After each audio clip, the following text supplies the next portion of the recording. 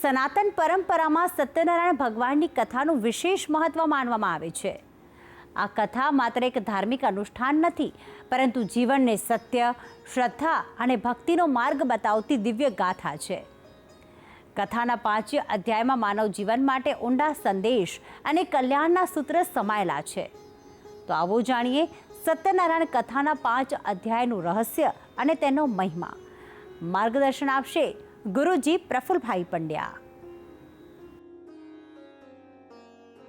जज्जाग्रतो दूरमुदैति दैवं तदुसुप्तस्य तथैवैति दुरंगमन ज्योतिखान ज्योतिरेकंतन में मनः शिव संकल्पमस्तु।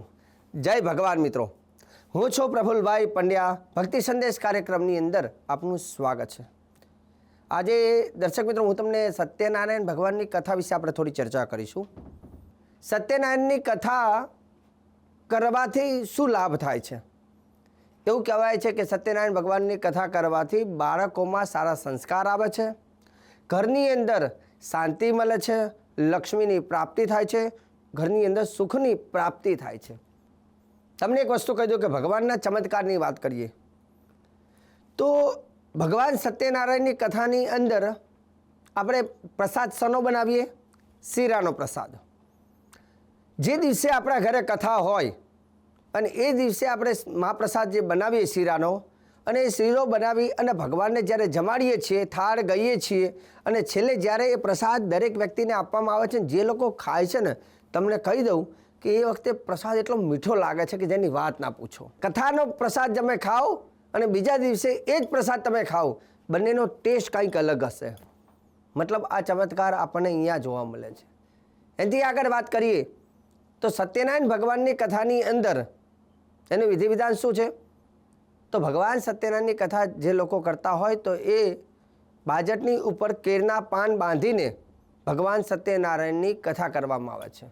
સાથે સાથે એવું કહેવાય છે કે એ કેળના પાન બાંધ્યા હોય એમાં એક સફેદ રંગનું સ્થાપન પાથરવામાં આવે છે, એમાં ચોખા મૂકવામાં આવે છે, એમાં ભગવાન લક્ષ્મીનારાયણ ભગવાનની, સત્યનારાયણ ભગવાનની, વિષ્ણુ ભગવાન અથવા લાલાની મૂર્તિ ત્યાં મૂકવામાં આવે છે, અને એક કલશની અંદર પાણી, કંકુ, ચોખા, પુષ્પ પધરાવી, નાગરવેલના પાન એની ઉપર શ્રીફળ મૂકીને કલશ સ્થાપના કરે છે, અને એ બાજટની આગળ લાલ કપડું પાથરી, એમાં ઘઉં પાથરી, એમાં ભગવાન ગણેશજીની પૂજા કરવામાં આવે છે। સત્યનારાયણ ભગવાનની કથામાં આ 3 વસ્તુ મહત્વની હોય છે। પૂજન કરનાર વ્યક્તિ પણ ખાસ કરીને ઉપવાસ કરી, પવિત્ર વસ્ત્ર ધારણ કરી અને ભગવાન ગણેશજીની પૂજા, કલશ અને ભગવાન સત્યનારાયણની પૂજા કરતા હોય છે।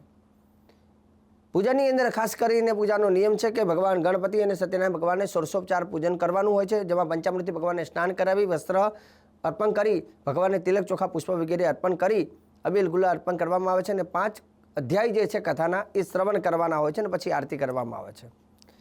કથા ખાસ કરીને વિદ્વાન બ્રાહ્મણ પાસે પણ આપ કરાવી શકો છો। જો તમે જાતે કરતા હોય તો દર મહિનાની પૂનમના દિવસે કરવું, પણ એક નિયમ યાદ રાખો કે દર મહિનાના દિવસે ભલે તમે કરતા હોય પણ 12 મહિનામાં એક મોટી કથા કરવી, અને એમાં ખાસ કરીને વિદ્વાન બ્રાહ્મણના મંત્રોચ્ચારણ સાથે કથા કરાવી હિતાવહ છે।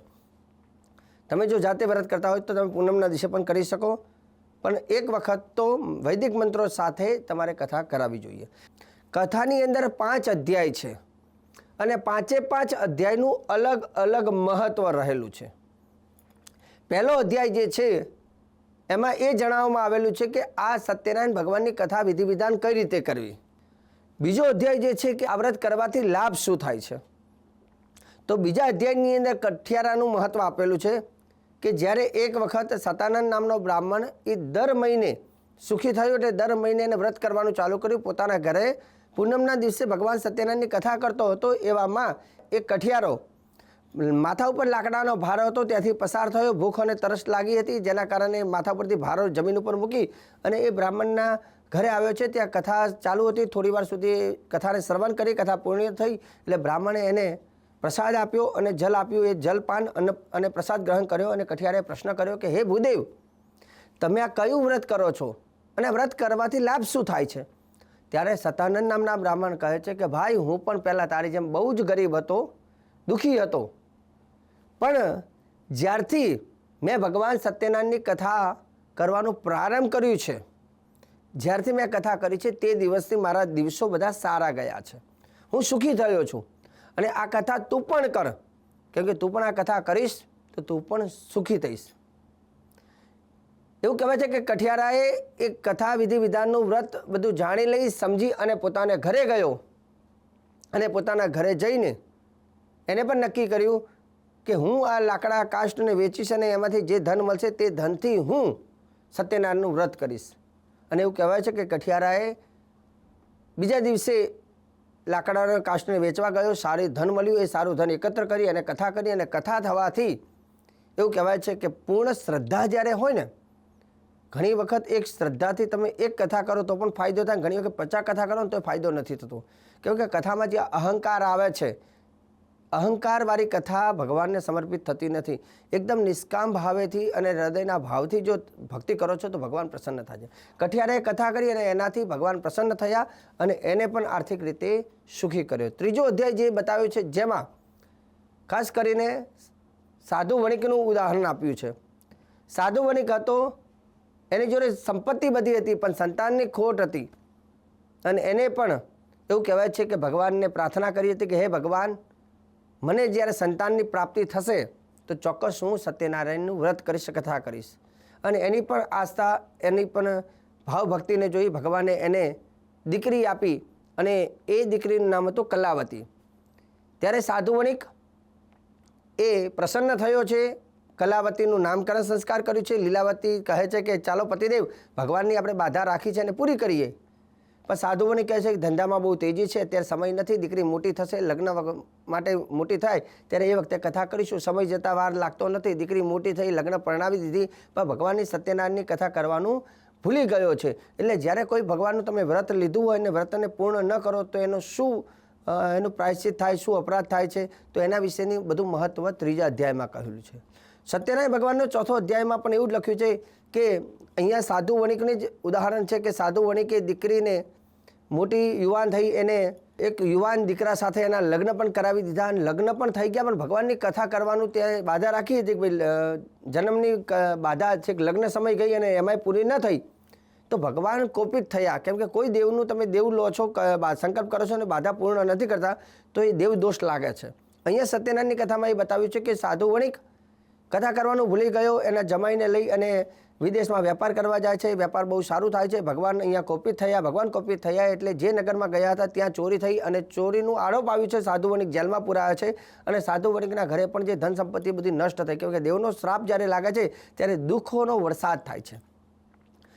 અહીંયા લીલાવતી અને કલાવતીના ઘરમાં પણ ખાવા માટે અન્ન નથી, પીવા માટે પાણી નથી. દીકરી એક દિવસે ભેખ માગતી માગતી એક બ્રાહ્મણના ત્યાં જાય છે. ત્યાં કથા ચાલુ હતી. કથા શ્રવણ કરી, પ્રસાદ ખાઈ અને કથાનો મહિમા જાણી પોતાની માતાને કહ્યું. માતાએ કહ્યું કે દીકરી, બેટા તારા જન્મ વખતે પણ આપણે પણ બાધા લીધી હતી, પૂરી કરી નથી. જરૂર ભગવાને કદાચ આપણે શ્રાપ આપ્યો છે અને આ બધું દુઃખ આપણને પ્રાપ્ત થયું છે. મા દીકરી ભેગા થઈ ભગવાનની કથા કરે છે અને કથા પૂર્ણ થયા પછી દોષમાંથી મુક્ત મળ્યા, મુક્ત થયા અને દોષમાંથી મુક્ત થયા એટલે સાધુ વણિકને જેલમાંથી છૂટા કરી પોતાના ઘરે આવ્યા. અને સાધુ વણિક એવું કહેવાય છે કે આવતાની સાથે પછી ભગવાન સત્યનારાયણનું વ્રત કર્યું છે અને વ્રતથી દેવદોષમાંથી મુક્ત થયા છે. ચોથા અધ્યાયની કથા એવું કહેવા માગે છે કે જો તમે કોઈ પણ ભગવાનની બાધા લેતા હોય તો બાધાને સમયસર પૂરી કરવી જોઈએ.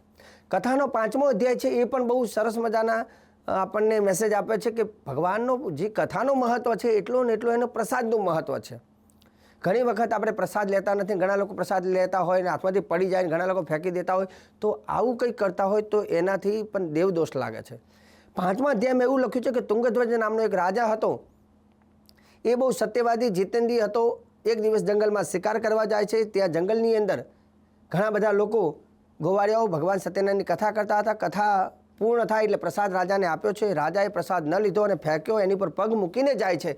જે માણસ ભગવાનના પ્રસાદનું અનાદર કરે છે ને એની ધન સંપત્તિ બધું ક્ષય થાય છે. રાજાએ ભગવાનના પ્રસાદ ઉપર પગ મૂકીને ગયો છે. ભગવાને શ્રાપ આપ્યો છે અને રાજા જ્યારે નગરમાં જાય ત્યાર સુધી તો બીજા નગરના રાજાએ એના ઉપર ચડાઈ કરી અને રાજાના બધું ધન બધું લઈ લીધું અને એના પુત્રોનો પણ નાશ કર્યો છે. રાજા બધું જોઈ દુઃખી થયો અને પાછો એને મનમાં થયું કે મેં ભગવાનનો પ્રસાદ ફેંક્યો હતો જેથી મને દોષ મળ્યો છે. પાછો ગયો જંગલમાં જઈ ભગવાનની વ્રત કર્યું છે, એનું પ્રાયશ્ચિત કર્યું છે અને ઘણા વર્ષો પછી પ્રાયશ્ચિત પૂર્ણ થયું, ભગવાન એની ભક્તિથી પ્રસન્ન થયા અને રાજપાટ એને પાછું મળ્યું છે. મતલબ સત્યનારાયણ ભગવાનની કથાની અંદર 5 અધ્યાયના અલગ અલગ મહત્વ છે. પહેલો અધ્યાય પૂજા કઈ રીતે કરવી, બીજો અધ્યાય કથાની શરૂઆત કોણે કરી, ત્રીજા અધ્યાયની અંદર કથા કરવાથી શું ફળ મળે, ચોથો અધ્યાયમાં કથા કરવાથી સંતાનનું સુખ પણ મળે છે, પણ બાધા પૂરી ન કરો તો એનું પ્રાયશ્ચિત શું કરવું પડે, અને 5મો અધ્યાય પ્રસાદનો અનાદર કરીએ તો શું થાય. તો સત્યનારાયણની કથા જે છે મનુષ્યને સાચી દિશા બતાવે છે. તો જીવનની અંદર ઘરની અંદર હંમેશા સુખ શાંતિ જોતી હોય અને જ્યારે જ્યારે આપણને સમય મળે તો સમયનો સદુપયોગ કરી પરિવાર સાથે બેસી અને એક દિવસ ભગવાન સત્યનારાયણનું વ્રત ઘરની અંદર ચોક્કસ કરવું જોઈએ. ભક્તિ સંદેશ કાર્યક્રમની અંદર સરસ મજાની સત્યનારાયણની વ્રત વિધિ વિધાન વિશે મેં જાણકારી આપી છે. આગળ પણ આવી જાણકારી આપતો રહીશ. કાર્યક્રમ જોવાનું ચૂકતા નહીં. મને આપી દો રજા. જય ભગવાન.